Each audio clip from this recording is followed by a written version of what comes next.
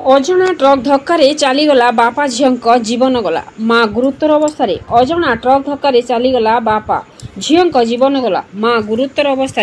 केन्दुझर जिला रुगुड़ी थाना जातीय राजपथ 520 टोपाडी छक निकट में घटी मर्मन्तुक सड़क दुर्घटना। स्कूटी पछपटू धक्का दे घोषारी नेला अजणा ट्रक। घटनास्थल में बाप और झीओ मृत।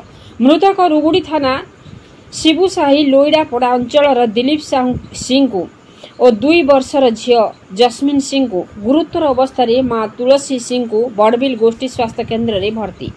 आज कोईडारू घर को स्कूटी रे फेरुवा बेले यह दुर्घटना घटी। दुर्घटना पर दुर्घटना घटाई ट्रक घटनास्थल को फेरार हो जाइछि। घटना पर रुगुड़ी पुलिस घटनास्थल में पहुंची तदंत आरंभ करिछि।